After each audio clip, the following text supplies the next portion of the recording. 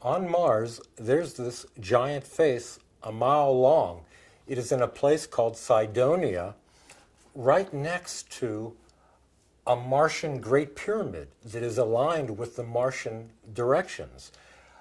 Richard Hoagland made this place famous in his book Monuments of Mars. And I believe we came here after being at war with the fifth planet. Where the asteroid belt is was once a planet. I believe Mars, this god of war that we think Mars is, may have gone to war with the next planet out, pulverized it, and ruined Mars, turned it red with radiation. This is just my theory, but I think we came here 50,000 years ago to Earth, found out that there were Lemurians in the Pacific, and maybe their age was dying off. And some of this information I was told from this higher source, that Earth was just perfect to be for them to land. Now here's the thing: it is humans in a higher form. Cro-Magnons had larger brains than humans. This is a fact. So we have ruins today that are impossible, that can't be built.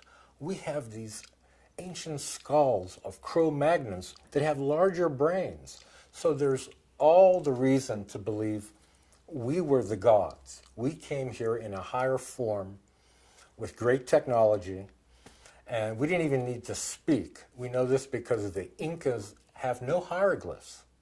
They actually came a little later, but the later Mayans had incredible hieroglyphs. So the Incans did incredible fortresses on the Andes Mountains. They didn't need to speak. So what I'm saying is every bit of science and technology that we have today was done in a greater form by our ancestors. They mastered space travel. They mastered, there was a nuclear age 8,000 years ago. They mastered cloning. Now, so many things happen, and like I said, I learned this through my ex-wife. I'd like to talk a little bit about some of the experiences that happened with her, and I've put together this ancient world grid.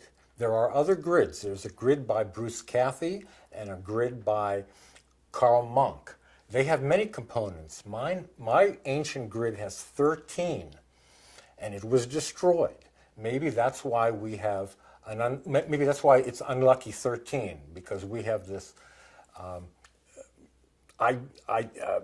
basic memory that this happened. And here's a fellow right here, Edgar Cayce. Talk about the greatest American psychic. He helped thousands of people by sleeping on their problem, and he physically helped them by going to the source of the problem. And he took people into past lives. So we know many things about Atlantis. This is the greatest book. It's not about Atlantis. He actually takes you there. And he wasn't an educated man. And many of the things that Edgar Cayce is talking about was high tech, was very much like Tesla. He's talking about rays from stones, from pyramids, powering vehicles. How did he know all this? Edgar Cayce said, Atlantean man was Cro-Magnon man, and the Cro-Magnons were modern men, and they could broadcast electricity, and the destruction of Atlantis was the destruction of this power grid, and this is an electrical power grid that we don't have today, because if you have a Tesla coil and you put a fluorescent tube up to it, it lights up in your hand. So imagine that on a larger scale. Imagine pyramids and standing stones and obelisks, things like Stonehenge and things in the ancient world that were charged stones that had electromagnetic power, because there's electromagnetic power in the earth. There's a force that moves the compass. That's an electromagnetic power that's right there. Well, Tesla knew how to tap into that, and so did the ancients. The ancients had, I have a picture here of the Great Pyramid and Tesla's tower. Now, one is advanced, one is not so advanced, and it is the pyramid that is, the ancient pyramid is the one that is the futuristic Tesla coil. But we'll get into Tesla in a minute. I believe the ancient stones, the ancient constructions were done with anti-gravity. We actually could do anti-gravity today, but they've suppressed this, and powerful lasers and supercomputers. Everything that we have today, they had in a greater form. They had cloning. Now, what was the problem in Atlantis? If they had all the power that they could generate, they actually had utopia. Atlantis was Eden, and we have this memory that we came from paradise. That was Atlantis. Now, what happened to it? Well, if you had all the power in the world, after a while, you're humans. You're going to be producing a next generation, and they're not going to keep the same laws sacred anymore. You're going to have ultimate freedom, and that's what happens when you have all the technology in the world. You can do anything.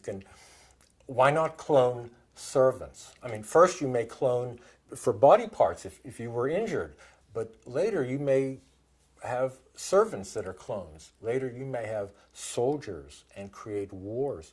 And the funny thing that Edgar Cayce said, he called them things. Edgar Cayce did not have the word clone. He used the word things. And wars were about the things. And, I mean, are they property or do they have rights? You know, what do you do? And George Lucas did Attack of the Clones. Maybe he knew something in history, because maybe it got that, maybe utopia became that perverted to do that in time. And that's the problem. We are so old of a species. We are so ancient. And they had saucer travel.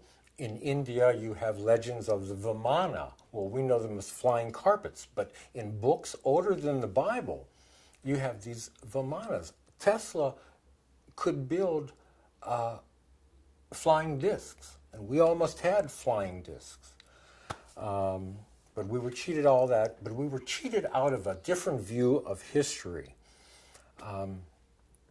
So, like I said, I've had many strange experiences. We've had the Uri Geller effect of spoons bending. This is phenomenal. My ex-wife could do this.